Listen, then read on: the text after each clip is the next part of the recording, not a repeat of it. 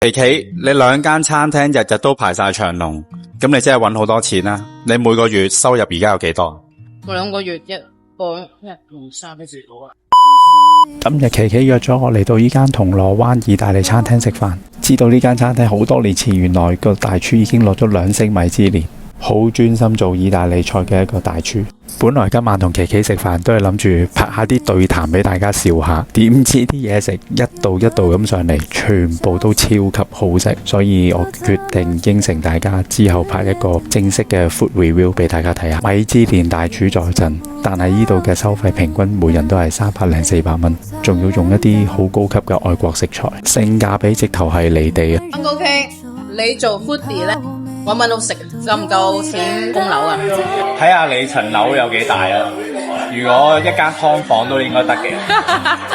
做 foodie 先決條件係要啲咩先？中意食，中意用你嘅時間捐窿捐罅去搵嘢食，時間成本係最大。咁你如果咁對食咁有誠意，對食咁有 passion， 你會唔會話遲啲諗住自己開一間餐廳啊？唔會，我最大嘅 passion 就係捐窿捐罅搵嘢食。你老公咁靚仔，你喺邊度識佢嘅？問啲咁嘅問題嘅？即係咩嚟嘅？即係咩嚟嘅？